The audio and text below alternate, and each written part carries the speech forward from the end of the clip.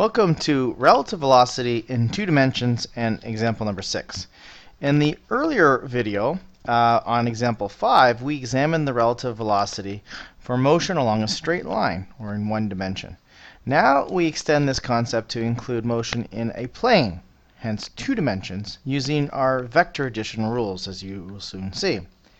Before we proceed into example number 6, I'd like to briefly discuss the example that you can see shown down below. You can see that there's a ball that is being tossed vertically straight up and straight down while this person is moving along a skateboard at a constant velocity. Earlier in our notes, we discussed this concept question number 2, where we had a rifle that was firing a bullet straight up in the air. And we asked, where would the bullet land? Would it land ahead of the car, behind the car, or straight back in the barrel? And so in our class discussion and with our little demonstration, we showed that the bullet would land directly back into the barrel. Of course, if we neglect air resistance. This showed that the vertical motion of the bullet up and down was completely independent of the horizontal motion. The bullet, as it went through the air, took on the same velocity as the car, the same horizontal velocity, that is. And so when it came back over here, it was still traveling at that same horizontal speed. So was the car, and so therefore it landed right back into the barrel. Well, this example is kind of revisiting this same problem. The stationary observer right here that is watching this person throw the ball up and down sees a different thing. He sees a path that is parabolic, as shown by the diagram over here. Whereas the moving observer, this person who's throwing the ball up and down, he does not see this parabolic path, but he just sees the motion of the ball going straight up and straight down along this vertical line. So would the velocity of the ball while it's in the air at some instant in time, would that be the same as the velocity of the ball over here? No, they wouldn't be the same. Remember that motion is relative to the observer. So it really depends on the perspective of the observer. So this person is going to be measuring a different position and a different velocity of that ball than what this person will be observing while on the skateboard. Okay, let's move on to example number 6, which is a very common example of relative motion in two dimensions. So we have an airplane which is pointing directly north. The nose of the airplane is pointing north. The airspeed indicated on the airplane is showing that the plane is traveling 240 kilometers per hour in the air. And he knows from the meteorologist on the ground that the wind is blowing at 100 kilometers per hour from west to east, so it's pointing in the easterly direction. And we would like to know in part A, what is the velocity of the aircraft relative to someone standing on the ground, on Earth? So the first thing we'll do here is we're going to be drawing a vector diagram and writing down our known information. And we want to, I would say, choose appropriate subscripts. You see, we have this velocity of 240 kilometers per hour, and this is directly in the north direction. So this is the velocity of the plane, and this is with respect to the air. So just so that the person who's grading, for example, your test or quiz knows what you're talking about, it would be a good idea to indicate right at the beginning what your subscripts stand for. So P will refer to the plane, all right, and A will refer to the air. So the 240 kilometers an hour due north is the velocity of the plane relative to the air. Are we also given that the velocity of the wind, or air, is traveling 100 kilometers an hour, and this is with respect to someone standing on the Earth. So on the ground or the Earth, we'll use capital E instead for Earth. So this 100 kilometers per hour, which is pointed directly east, is the velocity of the air relative to the Earth, someone standing on the ground. Okay, so now that we've established our known information, I would then suggest that we draw a little picture. So this is our airplane, and we have it pointing straight up north. So over here, maybe I'll indicate that our compass, or our scale for a compass, north will be straight up to the top of the screen, to the right will be east, to the bottom of our screen will be south, and to the left of our screen that will be west. So we have the airplane pointing directly north, and it's moving at a velocity of 240 kilometers per hour. So there I've drawn a vector here, which represents the velocity of the plane relative to the air around it. I'll show the crosswind of the air blowing across the airplane, and it's pointing directly east at 100 kilometers an hour. And there it is, and this is our velocity of the air relative to the Earth. And you might be looking at this and hopefully thinking, okay, well, where's the airplane going to end up going? If you've got wind blowing across its wings this way, the airplane's pointing straight north, you're not going to go north. You're going to veer off course, and hopefully you're thinking that it's going to end up going this direction here.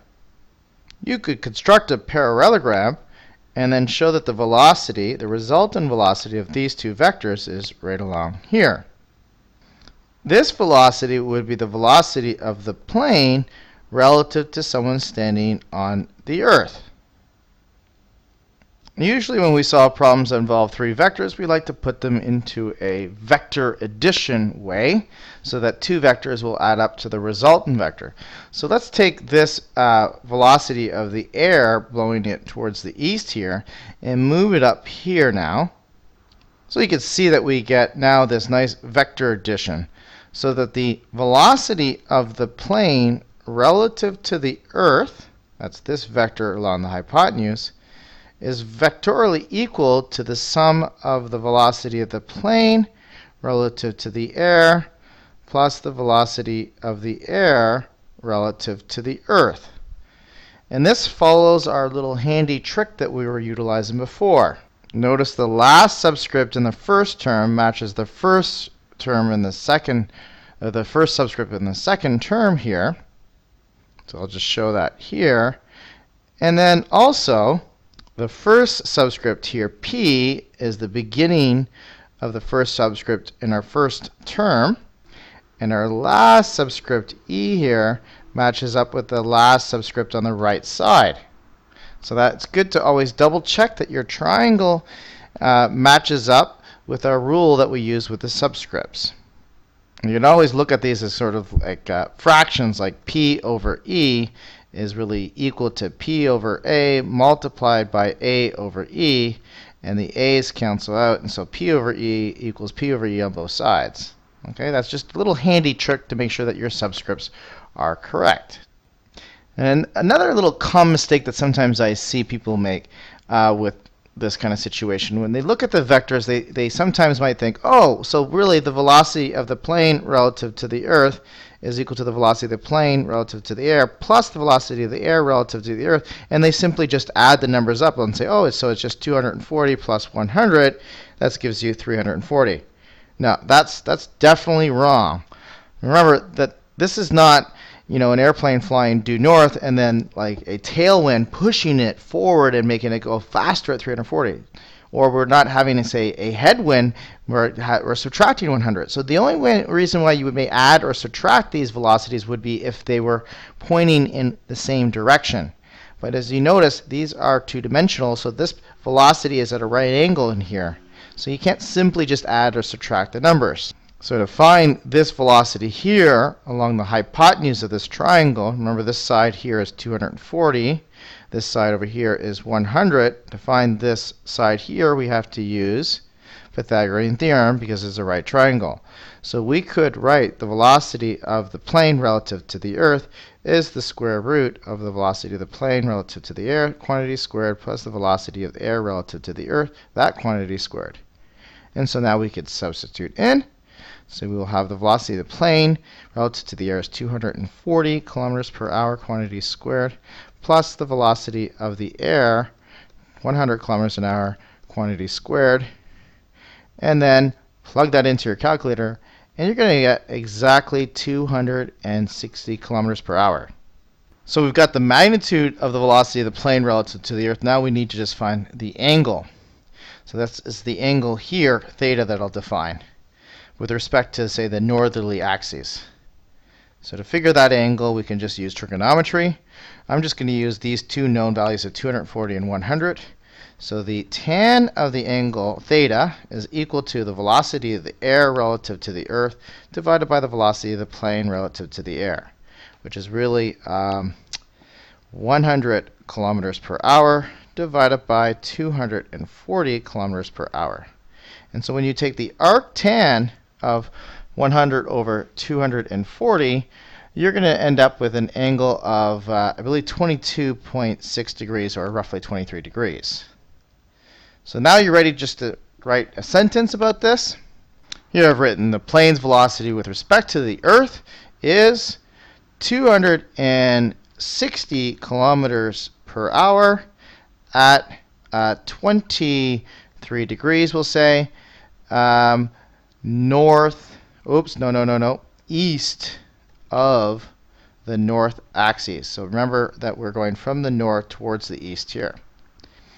So now we move on to part B, where we are now asked to find out what direction the pilot would have to point the airplane such that her airplane would be going really actually due north. That means that the velocity of the plane relative to the Earth is going to be observed to be going north in this crosswind of 100 kilometers an hour east. So I'm going to erase some of the details from the earlier part.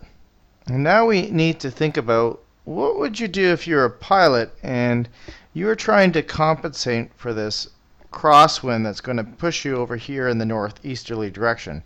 You really, as a pilot, would want your airplane to reach its actual destination, which is really due north of where you're at. So what would you have to do with the airplane so that you will go actually really due north and not northeast?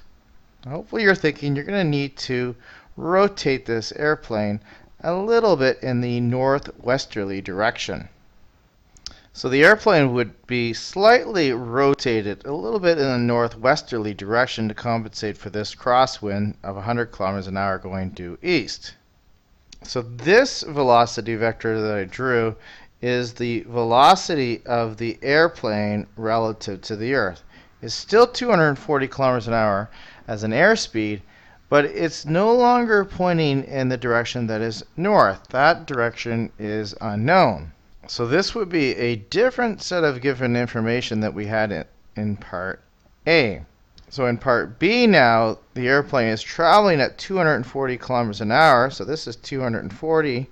The crosswind is 100 over here.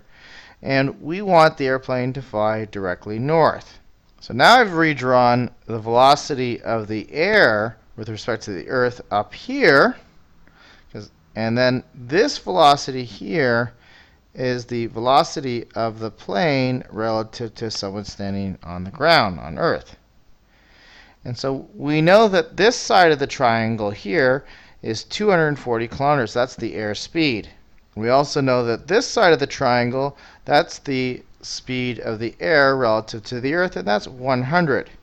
What we don't know is this side of the right triangle here, which is the velocity of the plane relative to the Earth.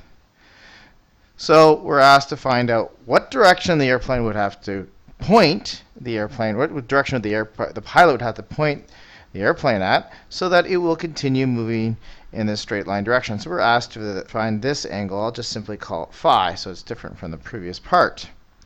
And we're also asked to determine what would be the ground speed on the ground. Like how fast is he going relative to the Earth now? So what is this velocity here? So with these three relative velocities, we can write a vector equation. You could see that this vector plus this vector, these two vectors here, will add up to this resultant vector. So the velocity of the plane relative to the Earth is equivalent to the velocity of the plane relative to the air plus the velocity of the air relative to the Earth. again, look at the subscripts and make sure that your vector addition diagram here matches up with our subscripts following the right rules. So you have a P here that starts here with a P in my first term. I have the subscript E here that ends with the last term has its subscript, last one is E as well. And notice the second subscript of our first term matches with the first subscript of our second term here. And so now we can solve for the velocity of the plane relative to the Earth. Let's use Pythagorean theorem. So remember, c squared equals a squared plus b squared. So the velocity of the plane relative to the Earth, to the air, is equal to the square root of the velocity of the air relative to the Earth quantity squared plus the velocity of the plane relative to the Earth quantity squared and the square root of all of that. So remember, I'm using the hypotenuse c squared is equal to a squared plus b squared, and we're solving for this side c here. Actually, we're not solving for that side c. Now that I realize it, we're solving for this velocity because we don't know that. Let's get rid of that square roots and write the expression this way. And then let's solve for this term right here. So the velocity of the plane relative to the Earth would be equal to the square root of the velocity of the plane relative to the air squared minus the velocity of the air relative to the Earth quantity squared. So I'm just rearranging for this term by itself. Okay, and then we can now substitute in our velocity of the plane relative to the airspeed indicator is still reading 240 kilometers an hour. So 240 kilometers per hour quantity squared minus the velocity of the wind with respect to the ground is 100 kilometers per hour quantity squared. And we're taking the square root of that. And we get a velocity of the plane relative to the Earth as 218.2 kilometers per hour.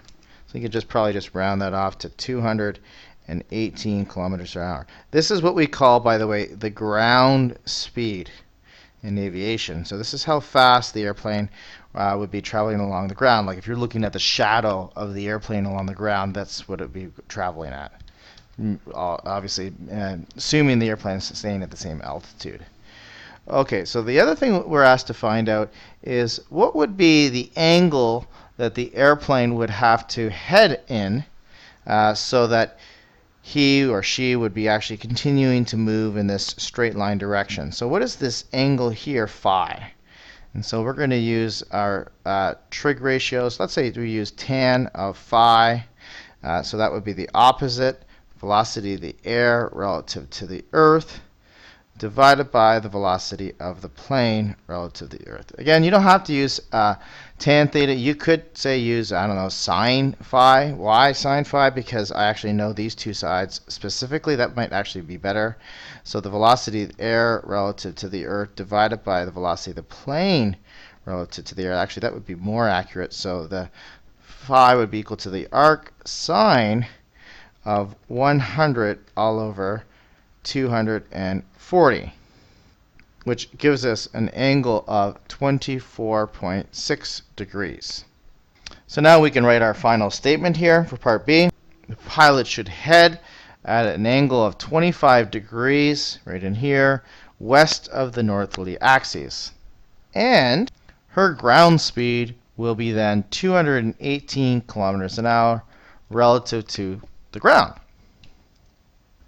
And if you reflect a little bit about this answer, hopefully you notice that this ground speed of 218 kilometers an hour is less than the airspeed of the airplane. So really, that pilot is going to take longer to get to their destination that is directly north because really their ground speed is less. That ground speed is always going to be less than the actual airspeed in their airspeed indicator, and whenever there's like a crosswind in the problem. So that's why the trip is going to take longer than, say, if you're in a situation with just calm air and there's no wind speed at all. Okay, and that's it for this rather long example.